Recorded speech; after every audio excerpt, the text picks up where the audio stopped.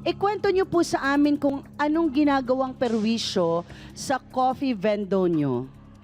Ma'am, ang ginagawa po nila pagkabadaling araw po, meron po silang hinuhulog na na 5 piso, tapos kukuha sila ng kape. Pag tumunog na po, makakakuha na po sila ng kape. Kaya kung sabi ko, bakit pagdating ng umaga, marami ako nakikita ang cup na nababawas na. Hindi pa ako kumikibo sa kanila kasi hindi ko pa alam kung sino po talaga. Okay, coffee vendor Opo, na opo. negosyo Opo. ninyo. So, ibig mong sabihin, hinuhulog yung, kunwari, yung piso. 5 piso po ba? 5 piso, Opo. pero... Pag tumunog na po, click. Tapos may lalabas na pong cup, tsaka yung kape. Tsaka naman nila kukunin na yung 5 piso. Tapos makakakuha na po sila ng So, yung 5 piso nakatali. Opo. So, ngayon tingnan nga natin kung paano nga ba yan ginagawa. Let's watch this. Ganito po yung ginagawa daw nila. Hinuhulog daw po nila ito. Pagka daw tumunog na po at may lumabas na po ng kape, kukunin po nila, tsaka nila hahatakin ulit ng ganito. Ganyan, hahatakin nila ganyan. Tapos, pag nakakuha po sila ulit ng kape, lalagay na lang po ulit nila para makakuha sila ng kape. Yan. Pag tumunog na po, tok. Tapos, pag ganyan tumunog, kukunin na po nila kape, kukunin na po nila ulit yung 5 piso. Ganyan. So, ang sinasabi nyo, Nanay Beth, ay every time kulang na yung mga kape, pero... Opo. Yung kita, wala. Wala po, nauubos. Ngayon, So, tukoy mo ba kung sino ang gumagawa nito sa inyo? Opo, kasi po meron po nasabi sa akin na si Willie to, tsaka si Tim po ang gumagawa noon. May sabi kong gano'n, makita ko lang kayo kung ganyan, talagang ibabarangay ko kayo o face to face ko kayo. Pero hindi ko po ginawa. Kasi magkakapit bahay lang po kami eh. Nagawa niyo po, nandito po tayo ngayon sa face Opo, to face. face to face po. Hindi sa barangay po, sa face to Hindi, face. oo, sa barangay panaginip na. ay hindi mo Hindi po, na ginawa. Okay, pero ano ho ang tungkol dito sa ihi? Ay kasi po, nagbabasketball po sila. Pag lumalabas po ako, sabi nila, gurang. Ano po nila ako sinasabihan nila, kuya, ang ginagawa ko kasi maalikabok, dahil sawa ko hindi mo pwede. Binuhos ako po ng tubig yung court. Pero hindi siya tubig. May ihi po siya. May Okay, konto. Opo. Bakit nyo ginawa yun, Nanay Kasi Beth? po lagi po nila akong binubuli. lagi Oo, po nila akong binubuli ka nila. opo. Oo. Okay, so, ang hirap, no? Paano nga ba gaganti ang isang may edad sa... Opo. Pero, ngayon pa lang ay sinasabi na natin na hindi naman ho din tama, no? Yun nga po. Pero, doon po ako nagkamali, ma'am. okay. Siya ang isa sa suspect na kasing pait ng black coffee ang idinulot kay Nanay Beth. Tim, pasok!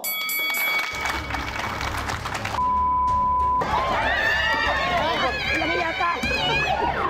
Ngayon magharap tayo ngayon dito. Nay, ano yung inaano ko sa'yo na sinasabi mong coffee vendor mo, Nay? Oo. O nga po, ginawa po namin yung po isang beses, inaamin ko po. Dahil na ano lang po kami sa gumawa po nung una, Nay. Ginaya lang po namin, kaya ginawa po namin na mag-ano po ng 5 piso sa kapihan yung lulugulog po, Nay. Pero ano po ginagawa yun, Nay? Maglalaro po kami ng basketball, Nay. Lagi mo po kami tatapunan ng ihi, tapos sasabihin mo, binubuli ka namin na Totoo gurang-gurang. naman po. Totoo Nay, naman wala ang kami ginagawa ginaganon, niyo. Nay. Gurang, di Wala ba? po kami sinasabing ganun sa'yo, Nay. Naririnig ko sa inyo lahat ng mga kaibigan mo. Sinungaling kayo, Nay. Wala Hindi ako kami sinungaling. sinasabi, Nay. Yung ano po kasi po, Ma'am Carla, ginawa po namin isang beses lang po yun nung madaling araw. Po inamin po namin yun na ginawa po talaga namin. Bakit? Ano lang po kasi wala po kaming pera po talaga nun eh. Wala kayong pera nun, gusto nyo magkape? Hindi, kaya po namin ginawa yun kasi may nahuli po kami na hindi po doon na mga dayo lang po na gagalong-galong po kaya ayun po kami po na napagaya rin po. Ginawa nyo yun nung gabi na yon dahil ginaya nyo. Opo. Ginaya nyo yung may mga gumagawa ng Opo. ganon. So, ang sinasabi nyo, hindi kayo talaga yung suki Hindi po na talaga. Isang beses lang po namin ginawa Isang yun. beses nyo lang. Pero, kawawa naman si Nanay Beth. Bakit naman kasi, Matanda na kami, Magkano ba niloloko niyo pa kami. magkano ba ang ano nyo, Nanay Beth, ang tubo nyo per cup? Ano po namin, pag ano po kami ng 10, meron na po kami doon ng 50 pesos, ganyan, para at least po meron po pangkain po namin. Magkano yung puhunan nyo doon?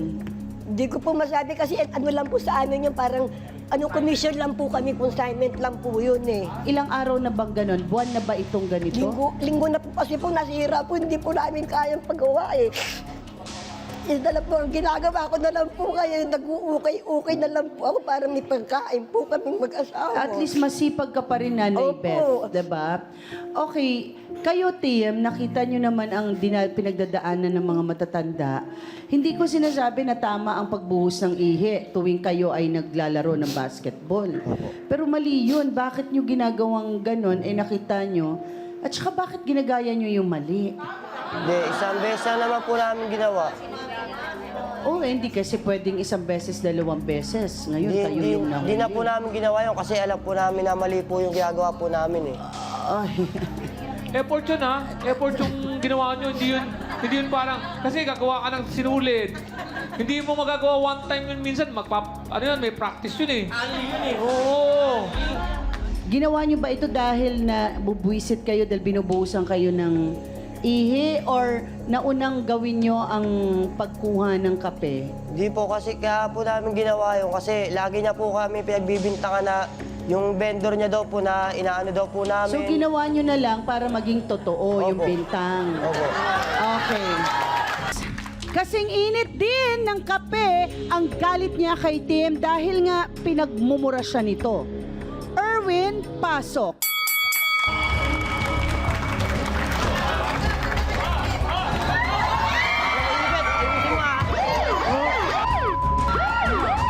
Ayusin pagbibintang mo. Hindi. Ayusin mo. Sabi mo, abangan niyo kami. Di ba? Sabi mo? May sabi ako. Binta ka namin. Ayos. Huwag ka magbibintang basta-basta. Maayos ka. Ayos ka. Wait lang. Okay. Bakit ka pinagmumura ni Tim? Nung time na sabi ko kanina, pinagbintangan ko sila na ninakaw nila yung bike ko. Tapos doon ako pinagmumura ng mga yan. Alam ko wala akong pruweba na kayo nagnakaw. Huwag ka magbibintang na ako yung bike mo. Teka, sino ninakawan ng bike? Kanino yung bike? Sa akin po, ma'am. Sa akin. Sa'yo, Opo, ma'am. nawala. Opo. So, ang sinasabi mo, ang nagnakaw sila ni Tim. Opo. Okay, so, may preba ka ba? Actually po, wala po akong pruweba noon. Okay. Pero nung gabi po, nung galing po ako sa trabaho, umuwi ako, tapos nandun po sila sa court. Eh, yung bahay po namin malapit pa sa court. Kaya yung umuwi ako, yung bike ko tinabi ko sa may tabi ng pinto po namin. Tapos nung natulog po ako ng mga 3 minuto po, 3 minuto lang. Saglit lang. Parang kape din yun ah. Sige, tuloy. Ganun talaga yun oh. Oy, ganun? Umiglip lang po ako saglit no. Tapos paglabas ko po, wala na po yung bike ko. Tapos wala na rin po sila sa court po. Kaya yung theory ko. Tim, ano ang totoo? Ano nangyari? Ma'am Carla, kasi nagkataon po talaga yun, ma'am eh. Naglalaro po kami ng basketball. Tapos may mga dumayo po doon sa may court namin. Bali, kinalaban po namin ng kaibigan ko. 3 po kami. Ngayon, mga adik po yung nakalaro po namin. Tapos nauna po kami umuwi. Ngayon, kami po yung nakita niya doon na akwal niya na kami po yung naglalaro doon. Umuwi na po kami ng diretso po. Tapos, nung nawala po yung bike niya, nagkasakto po na dumaan kami na po kagad pinagbintangan. Pero wala po talaga kami Okay. hilig sa bike na po kasi may sarili po kami motor. Kalokohan mo. Okay, Loko, pero huwag kang ganyan. Sos, kalokohan mo. Kasi sinungaling ka eh. ikaw rin ba, Erwin, daw ang nagsumbong kay Lola Beth tungkol sa kape? Ikaw yung nakakita. Opo. Sila po yun. Teka, nagtataka ako, yung vendo mo, Nanay Beth, ang tagal nang may... 1 linggo nang ninanakawan? Hindi po. Yung pagnakaw po nila, mga 2 araw po, bakit ayaw na gumano ng ayaw na magbigay ng 5 piso. Ngayon, wala na pong yung lumalabas. Wala nang laman, pero Wala na kulang po. yung kape. Opo, wala na po. Tsaka yung 5 piso huhulog po nila, Mama Carla. Hindi na may hulog kasi parang meron naman nakaparado eh. Kaya ngayon po, sira po ngayon yun eh. Bakit nyo ginawa? Bakit ka sumama? Napasama na lang po ako. Bakit? Parang ano po. Magkaibigan kayo? Opo. Matagal na? Opo. Gaano nakatagal? Mga 10 years na po. 10 years na kayo magkaibigan. Eto, Tim, isang beses nyo palang bang ginawang ganyan?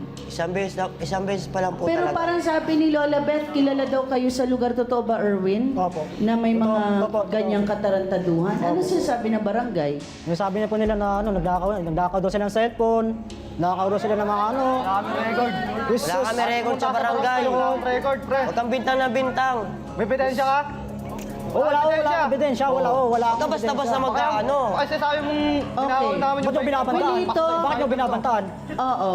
Baka maaga kayong makalaboso, kaya inaayos natin Kami po dito. Kung kayo'y magkaibigan na ng matagal, bakit umabot kayo? Anong pumasok sa isip nyo? Yung totoo ha, kasi may mga anak din akong lalaki. Dati rin akong palalaro sa kalye. Laking kalye ako, pero sa probinsya lang sa Tacloban. So, marami tayong alam na sa ganyan-ganyan. Huwag na tayo magpaligoy-ligoy pa. Anong pumasok sa inyong dalawa nung gabing yun? Anong pumasok sa isip nyo? Bakit kailangan yung gawin yun? Yun na nga po, yung ginakita po namin na ginawa po ng ano, yun, isang dayo po, taga Gate 1 po sa baba namin.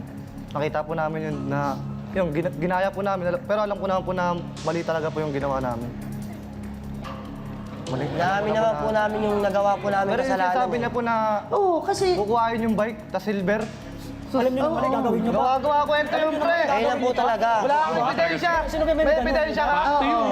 Record. Hindi, kasi ganito. Cellphone video. Okay, ganito Wilito and Tim ha. Simple lang.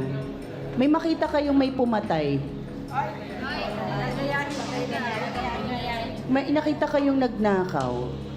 'Di ba? Kung maayos kayong mag-isip at kung ano-ano yung baka kasi iba-iba na yung pinag-uusapan yung dalawa, iba na yung trip nyo. Eh hindi pwede 'yun.